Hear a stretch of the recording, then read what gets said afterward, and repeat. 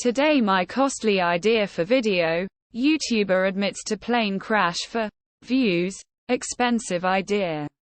YouTuber admits plane crash for views. Jacob took a solo flight from the airport in Santa Barbara, California. There were cameras installed in their plane. Along with the cameras, Jacob also carried a parachute and a selfie stick. The plane crashed into the Los Padres National Forest 35 minutes after takeoff. He walked to the scene and took out the footage, posted a video of the plane crash on YouTube and made it look like an accident. This video has more than 2.9 million views so far.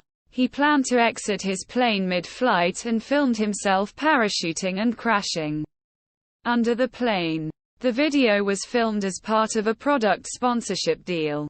The recent confession of a YouTuber admitting to crashing a plane for views is a shocking reminder of the potential dangers and ethical concerns of chasing online fame.